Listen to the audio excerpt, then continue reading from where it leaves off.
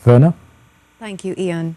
And the Water and Sewage Authority says heavy rainfall over the past 24 hours has impacted operation at some of its water treatment facilities.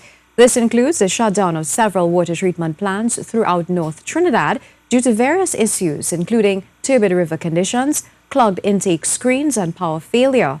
The affected facilities include the Caroni Water Treatment Plant, where production has been reduced from 75 million gallons daily to 55 million gallons daily, while operation was stopped at the Tompaya, Matura, Hollis, Aripo, Quarry, Guanapo, Cora, Luengo, and Naranjo, as well as the Acona Water Treatment Plants.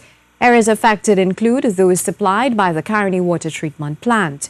The affected facilities are expected to return to service when conditions normalize at the various locations. The nation's prisons were fully manned on Thursday after a mixed response by prisons officers who threatened to stay off the job in protest over the killing of their colleague Darren Francis on Wednesday. Minister of National Security Stuart Young, at the weekly post-cabinet media briefing, reassured that there were contingencies in place should there be a nationwide sick-out by prisons officers. Cozier-Phillip has more.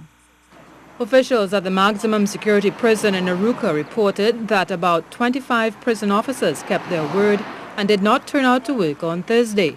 However, Minister of National Security Stuart Young said the sick-out did not extend beyond MSP. I asked for the statistics on what was happening today. You focused on MSP. What I'm happy to say is on our Port of Spain prisons and all of the other areas, and even the MSP of 25, I was told 25, if you say it's 26 prison officers calling in sick, it did not affect the day-to-day operations at any of the prison systems.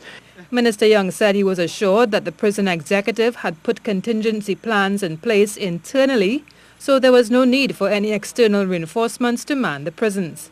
The National Security Minister was criticized for agreeing to meet the association next week on such an urgent matter as the slaying of prisons officer Darren Francis on Wednesday and the killing of Superintendent Wayne Jackson earlier in October. Minister Young reassured that talks have been ongoing about the need for firearms for off-duty prison officers and special housing arrangements for them. That conversation I was tackling from 2 points of view, including not only the granting of FULs, which falls under the Commissioner of Police, but off-duty carrying of weapons and that type of thing. And that is being discussed and things are being put in place. The National Security Council, chaired by Prime Minister Dr. Keith Rowley, was expected to meet in emergency session on Thursday afternoon to discuss the prison service. Cozier-Phillip, TTT News.